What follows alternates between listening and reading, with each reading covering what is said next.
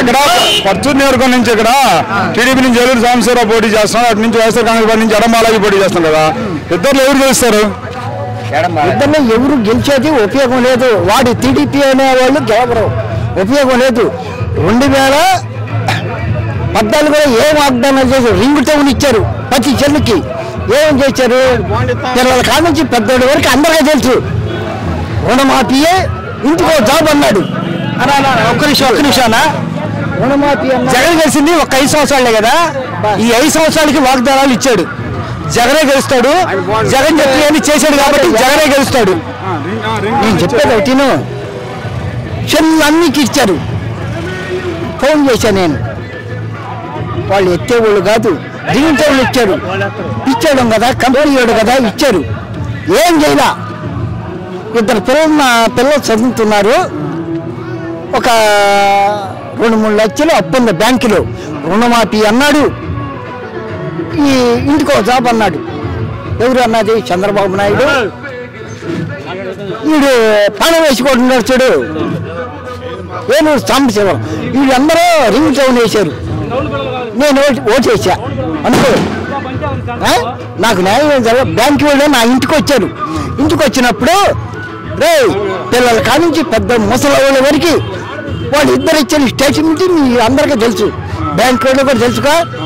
వాడి మీద కేసు వేయండి అన్నా నేను. అబ్బాయి కొద్దిండే నేను కేసు వేయండి వాడి మీద.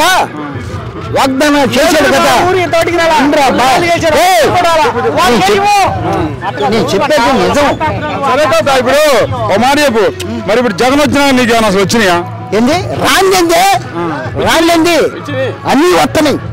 ఈ పీసుకొస్తున్న కొడుకులు అంతా పచ్చిగా ఒక నడుకి బెల్ట్ బాంబు కట్టుకొని నా ఓటు వేసానుగా.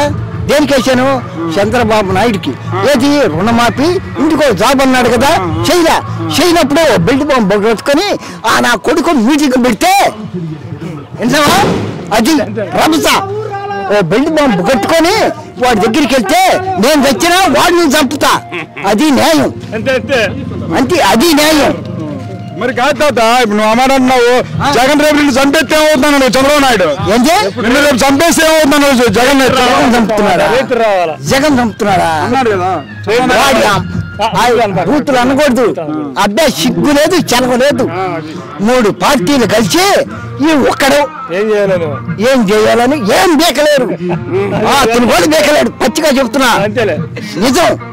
అబ్బే ఇవన్నీ సొంత మాటలు. వీడు ఒక్కడు బలం లేక, వీడు సిగ్గు లేదు, శరం లేకుండా 3 పార్టీలు. వాడు భాష తెలియనోడిని, వీడు మోడీ అనేవాడిని. వాడు కాళ్ళు పట్టుకొని